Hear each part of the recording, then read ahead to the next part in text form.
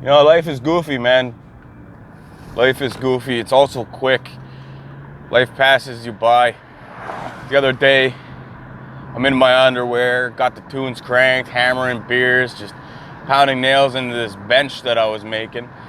And next thing I know, the cops are telling me I can't go back to Home Depot. So life goes quick, and that's why you got to do things that entertain you, which is why I like to hang around environmentalists.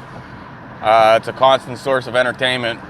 I hang around hardcore environmentalists, and I'm what you call a hardcore smartass.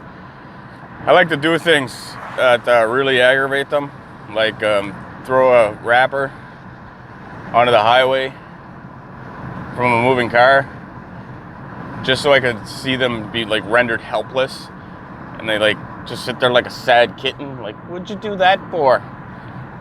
What? Why'd you throw that out the window? Well, there's no candy left. I'm done with it. You don't throw garbage on the ground. Oh, really? Is the landfill aware of this? And then they give me with some logic, right? And they're like, well, you know, you can't throw it on the ground because bears. And I'm like, what about bears? Because they know some of my best friends are bears, and I care about bears. So they try to, you know, play with my mind a little bit. And they're like, well, dude, if you throw garbage on the ground, a bear could eat it, and then, you know, it's not good. And I'm like, well, why is it not good? Well, because they can't digest it, and that bear could die. I'm like, oh, well, since you put it that way, fuck that bear, man. Like, what kind of stupid bear eats a candy bar when it could just go to the river and get a fish? We don't need those bears. So I like to really get on the nerves of environmentalist people, because they're all about saving the planet. I'm about just living your life and making good choices. And I don't make good life choices. I mean, look at, I left the house looking like this. I don't make good life choices. It's a really, really terrible fall day. It's kind of a depressing day. Well, for most people. For me, this is a happy day. It's all cloudy and dark, and there's not a lot of people around. It's raining and miserable. It really matches my personality. My personality is rainy and miserable. That's what it is.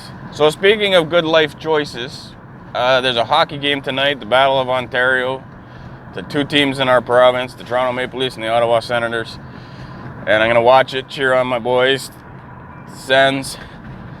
And I'm going to get some fried chicken because I like diarrhea with my disappointment, but I really don't think they're going to win. They already pulled off one win, and that was the momentum of the home opener. And to be completely honest, I think they've run out of steam for the year.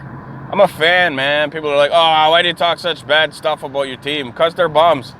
They've been rebuilding for a long time, and I'm tired of it. I want to see the finished product here. You know, nobody goes and admires a house as it's being built.